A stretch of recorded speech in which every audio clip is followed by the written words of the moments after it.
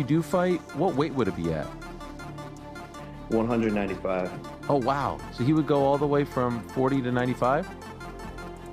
Yeah, I mean, it would be an exhibition. Tank Davis or Jake Paul. So, immediately, yeah, a normal layman would say, oh, Tank Davis is better. Or better at what? Jake Paul is unequivocally the most successful fighter in history 4 years in.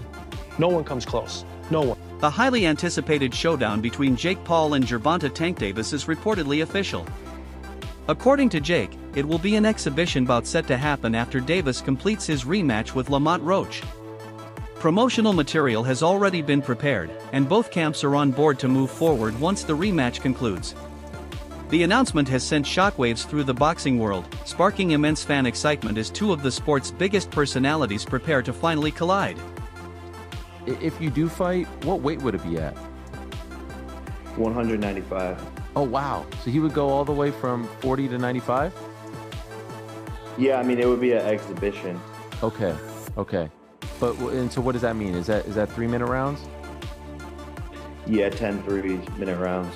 And when you say exhibition, like, what are the restrictions on that? No restrictions, just the fact that like we couldn't actually get it professionally sanctioned. Okay. Is that still of interest to you? Like if he wins the rematch and you beat Julio, is that of great interest to you later this year? For sure. For sure. Like I said, big events. And, you know, when we had announcement videos filmed for Canelo and for Gervonta, like both filmed and fully edited. And my team went into the streets to ask people what they thought of me versus Gervonta. Every single person was like, Gervonta would kill Jake. He's going to die, all of this stuff. And so just proving people wrong and changing the narrative and showing people that I'm a better boxer than all of these so-called pound for pound is just...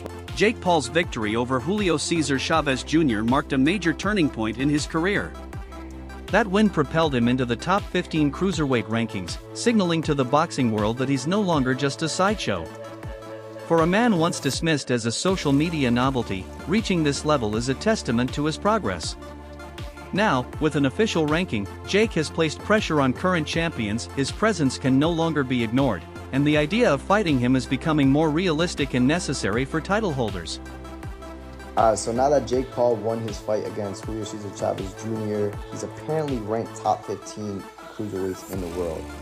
And apparently, I guess now, world champions are able to fight voluntarily to defend their championship against Jake Paul. Which, if I'm being honest, that's kind of crazy, bro. Isn't that crazy? Right? You're telling me you fought somebody that's not a natural cruiserweight, right? And now you're automatically ranked top 15 and you can fight a couple of world champions and it makes sense. Not that I think he beats any of them. I'm gonna be completely honest. I can't see it, bro. If Jake ends up beating somebody, yo, shout out to him. He finessed his way to the fucking top and a world champion and really like cemented himself into the history books. But the way that he boxes, he's just very sluggish. It's kind of slow. You know, I think any cruiserweight world champion, even Badu Jack, will defeat him. And I actually don't even understand why he even wants to fight Anthony Joshua, besides the bag, obviously. But what do you guys think, though? This whole shit has gone crazy. Talks about Jake Paul facing Gervonta Davis have been circulating in boxing circles for a while, but things became serious when Jake publicly called out Tank during the press conference following Mike Tyson's fight. This wasn't just a soundbite, it reflected Jake's belief in his skills and his willingness to test himself against elite opponents. With both camps in communication, anticipation continues to grow over whether this surprising yet intriguing matchup will truly come to life. An interested observer on the Netflix event, Paul versus Tyson. Why wouldn't you even want to fight him? And who told Mike Tyson to fight anyway? Is Jake Paul someone you'd want to take on at one point? Yeah, tell him this is my call out. Jake Paul, what up? What up, Jake Paul? Yeah, I mean, I'll be down. Let's run it. Like, I'll be super down. I don't know if Gervonta needs Jake Paul. Let's be clear, right? Is there a height limit in boxing? Tyson Fury added his voice to the discussion, questioning the assumption that Gervonta Davis would automatically dominate Jake Paul. Fury asked the critical question, what exactly makes Tank better? He acknowledged Jake's promotional genius and ability to turn every fight into a global event. Fury's comments reinforced a growing truth: modern boxing success is not just about talent, it's also about star power, business, and drawing the crowd. Event. Anyone who don't think it's a fantastic event is jealous. Who's better, at Tank Davis or Jake Paul? So, immediately, yeah, a normal layman would say, oh, Tank Davis is better. But better at what? Is he better at selling tickets? Is he better at selling stadiums out? Is he better at creating controversy? Is he better at getting followed on Instagram? Is he better at putting more eyeballs on the boxing? Is he better than him at that? The answer would be no. But is he better at him in a fight? It has to be really, you have to break it down. You know what I mean? Jake Paul's impact stretches far beyond the ropes. He's transformed boxing promotion with savvy use of social media, brand partnerships, and streaming platforms like Netflix. His approach has modernized the sport, attracting younger audiences and creating new revenue streams. Even longtime industry professionals admit that Jake's influence has helped elevate overlooked fighters and made boxing a mainstream spectacle again. Paul is unequivocally the most successful fighter in history 4 years in. No one comes close. No one. You couldn't list one that comes close, including Brock Lesnar if you include his WWE career. 4 years in terms of what he's done in terms of box office, pay-per-view, impact, helping other boxers, because he had platform, he had awareness, and he's got the focus and discipline to drive. Many fans are comparing the possible Jake versus Tank matchup to Logan Paul's exhibition with Floyd Mayweather, but there's a clear difference. Jake has shown more dedication and better boxing ability. With a significant size advantage over Davis, combined with steadily improving technique and composure, Jake's potential bout with Tank feels like more than just a novelty. It could be a legitimate contest, one that tests both fighters' skill and pride. Tank Davis versus Jake Paul exhibition match was going to take place after the Lamont Roach fight, until Tank drew with Roach, leading to a rematch. Now, I'm going to say the unpopular opinion here, but the size difference would have been way too much. I mean, even if Tank brought Jake down to 190 or 200 pounds, he would have still been way too big. I mean, no matter how good a lightweight is, they would have almost no chance against a cruiserweight or heavyweight ranked top 200 in his division. And I'm sure people are going to bring up Floyd Mayweather versus Logan Paul, but Logan is just not a good boxer relative to Jake. You know, Jake's been training for a couple years, he's had over 10 pro fights, and Mayweather was also junior middleweight in this fight, not a lightweight like Tank. But that being said, I'm glad Tank and Jake isn't happening. You know, it would have been a fun spectacle, but I'm not the biggest fan of the exhibition stuff. And instead now Tank and Roach will be rematching in June. You know, the first fight did a little over 260,000 pay-per-view buys, which isn't bad in this market. Roach absolutely deserves a second fight, so I do think the rematch will do far more numbers. And as for Jake, I want to see him fight big-name boxers around his weight class. You know, the Tommy Fury rematch, for example, he's undefeated. The first fight did a little over 800,000 pay-per-view buys. He's around the same age range, so that's the fight I want to see, not the exhibitions. Let me know what... The question remains, will Gervonta Davis accept the fight? Some fans argue that, as a prize fighter, Tank should go where the biggest money is, and Jake Paul brings exactly that. However, his decision to reject Shakur Stevenson's offer in Saudi Arabia raised eyebrows. Critics now wonder if Tank is selective about opponents and conditions, and whether that caution might stand in the way of a Paul fight unless every element favors him. I've been told y'all Gervonta Tank Davis isn't a prize fighter. I know a lot of you guys say, well, he doesn't fight for belts, he doesn't fight for legacy, he fights for money. He's a prize fighter, Jerry. And I'm going to assume a prize fighter is a guy who is solely making fights based off of cash reward. He'd rather fight a bum for $50 million than fight a guy who's experienced for $10 million. That is what a prize fighter would be. Actual definition, a professional boxer who competes in matches for money prizes. So let's take a look at it. Turki Al-Sheikh has declared he wants to make Tank versus Shakur. He says, my plan for Shakur is this fight. He's referring to Floyd Schofield, then William Zepeda, and then let's see if Tank wants to be in our show. Tank's not going to fight Shakur. He's not going to fight him in Saudi Arabia. So now that we've established Tank isn't a prize fighter, because if he was, his career resume would look a whole lot different, then we must ask, what is Tank's goal in boxing? I'll tell you right now, it's easy money. Tank is the type of guy, he'd rather fight, let's say, 4 Lamont Roaches for $20 million than fight 1 Shakur Stevenson for $80 million, which is fine. But I'm tired of people saying, oh, he's a prize fighter, that's why he's not taking these fights. He's not a prize fighter. The biggest money fights is Haney, Ryan, Tio, Shakur, and Loma. He's not even going to take half of those fights. So please, guys, all my Tank fans, all my guys who claim Tank is a prize fighter, that's why he's not fighting for the belts, please stop it. The guy's not a legacy fighter. He's not a prize fighter. He's just a guy who enjoys easy paydays. And like I said, there's nothing wrong with that. Just stop misleading people with your comments. The size disparity between Davis and Jake Paul is a major factor. Tank fights under the lightweight limit, while Jake competes closer to 200 pounds. For Davis to step up to Jake's weight class would require a total transformation, not just in size, but also in tactics and endurance. It's not just a fight, it's a leap into uncharted territory. Okay, this is my personal take on it. I've been saying for a while that Gervonta Tank Davis needs to go up to 140 and challenge himself. Now, a lot of the fanboys, you Gervonta Tank Davis fanboys, called me a hater for that because y'all just don't get it. And I don't really blame fanboys. Fanboys are followers. So when you hear somebody talk with his own mind, talk like a leader, they're immediately unidentifiable. So you guys see him as a hater, all right? The truth of the matter is, Gervonta Tank Davis is a big-time predator. He's a big-time predator who needs to hunt big-time game. There are fighters who are just generational talents, right?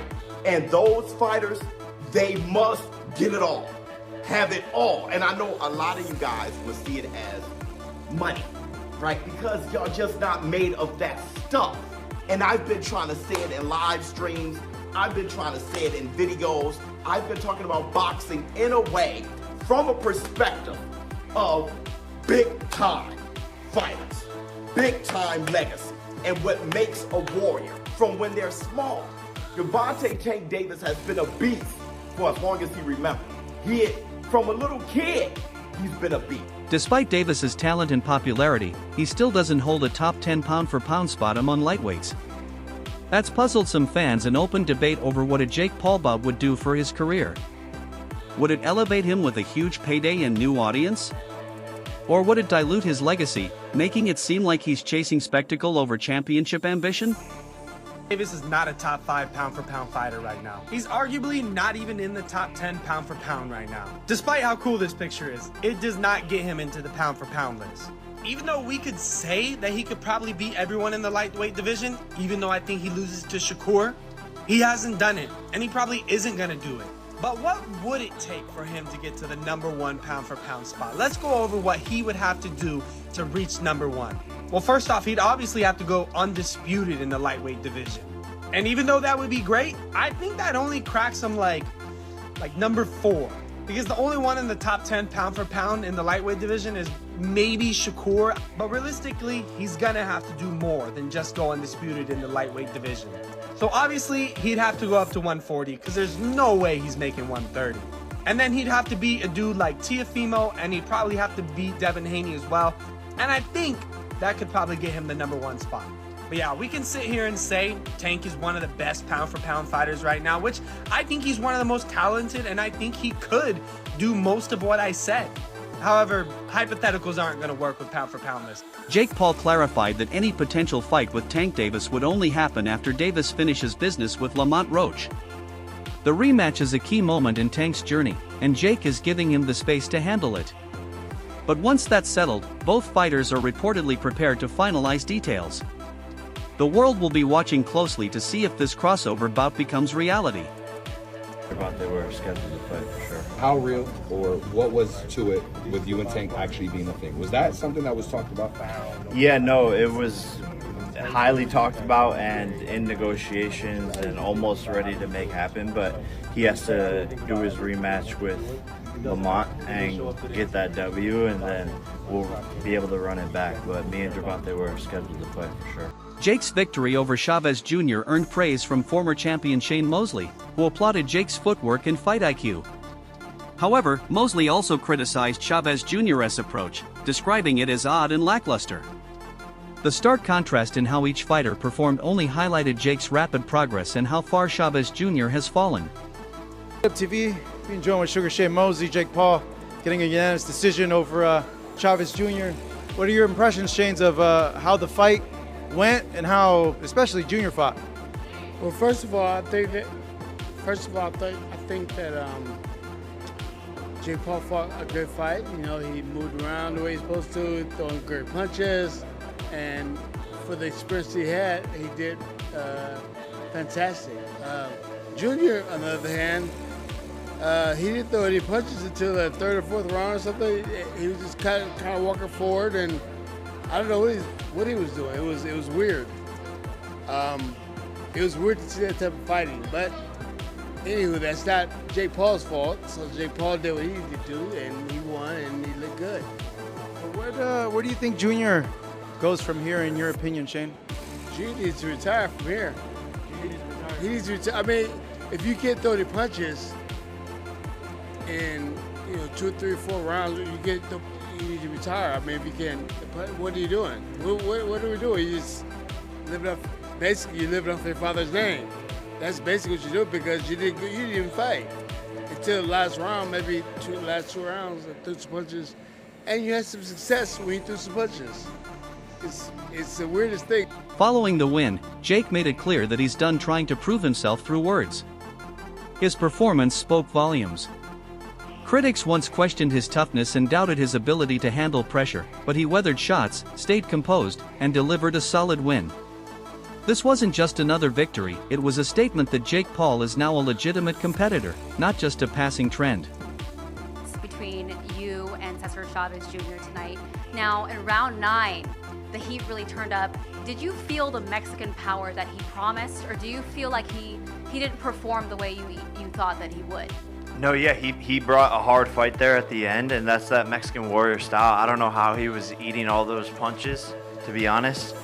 My hands low-key hurt from his face, and so respect to him. He had good cardio, and he came on strong at the end. He's a very, very strong guy, had a lot of power, but people underestimate my chin and my ability and my toughness. Jake, Jonathan Agger for Pro Boxing Fans. During the week, you had a viral interview with Piers Morgan where he said that he didn't think that you would beat Chavez. He felt like when you fight a former world champion, you'll come unstuck. What did you prove to not only him but other people that have criticised you?